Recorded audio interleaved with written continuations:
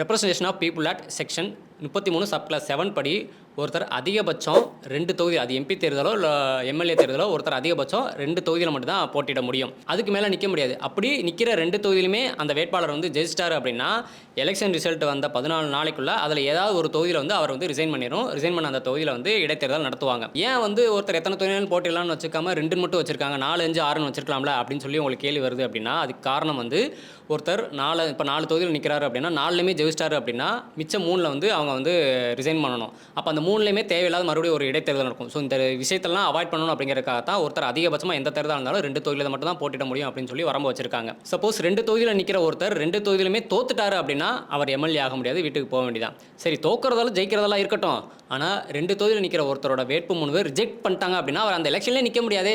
அதுக்கப்புறம் என்ன பண்ணுறது அப்படின்னு உங்களுக்கு தோணுச்சு அப்படின்னா அதுக்கப்புறம் அவர் வந்து அதை எதிர்த்து ஹைகோர்ட்டுக்கு போகணும், அப்புறம் சுப்ரீம் கோர்ட் தான் போய் ஆகணும். ஆனால் நான் ஏற்கனவே சொன்ன பொன்னுசாமி கேஸில் என்ன ஆச்சுன்னு கோர்ட்டுக்கு போன அவருக்கு என்ன ஆச்சுன்னு தெரியும். எலெக்ஷன் டைமில் அப்படி கோர்ட்டுக்கு போகிறாங்க, நாமினேஷன் சம்மந்தமாலாம் கோர்ட்டுக்கு போகிறாங்க அப்படின்னா எலெக்ஷன் டைமில் நாங்கள் எலெக்ஷனில் தலையிட முடியாதுங்க, எலெக்ஷன் முடிஞ்சதுக்கப்புறம் வாங்க அப்படின்னு சொல்லி தள்ளுபடி பண்ணுறதுக்கும் நிறையவே வாய்ப்பு இருக்குது.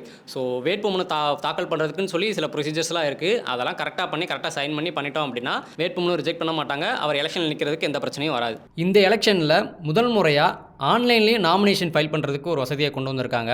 ஒருத்தர் 4 தொகுதி வரைக்கும் நாமினேஷன் ஃபைல் பண்ணிக்கலாம், ஆனால் 2 தொகுதியில் தான் நிற்க முடியும், 2 தொகுதியில் வாபஸ் வாங்கிடணும். சரி, இதுக்கு முன்னாடி எலெக்ஷன்லாம் யார் 2 தொகுதியில் நின்றுருக்காங்க அப்படின்னா 1996 நடந்த லோக்சபா எலெக்ஷனில் வாஜ்பாய் அவர் வந்து 2 தொகுதியில் நின்று 2லையுமே ஜெயிச்சு அப்புறம் ஒரு தொகுதியில் வந்து ரிசைன் பண்ணிட்டாரு.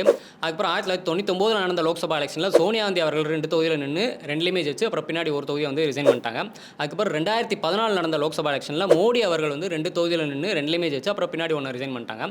அப்புறம் 2019 நடந்த லோக்சபா எலெக்ஷனில் ராகுல் காந்தி அவர்கள் 2 தொகுதியிலையுமே நின்று ஒரு தொகுதியில் வயநாடு தொகுதியில் தான் ஜெயிக்கிறாரு. அதுக்கப்புறம் 2024 லோக்சபா எலெக்ஷனில் ராகுல் காந்தி அவர்கள் 2 தொகுதியில் நின்று 2லையுமே ஜெயிச்சு அப்புறம் பின்னாடி ஒன்று ரிசைன் பண்ணிட்டாரு.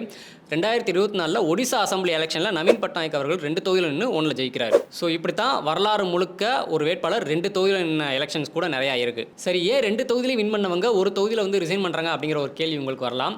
ரூல்ஸ் படி ஒருத்தர் 2 தொகுதிக்கு ஜெயிச்சு 2 தொகுதியிலுமே வந்து உறுப்பினராக இருக்க முடியாது. ஏதாவது ஒரு தொகுதியில் மட்டும்தான் அவர் வந்து மக்கள் பிரதிநிதியாக இருக்க முடியும். அதனால தான் 2 தொகுதியில் சேஃப்டிக்கு 2 தொகுதியில் ஜெயிக்கிறதுக்கு சேஃப்டிக்கு 2 தொகுதியில் நிற்கிறாங்க.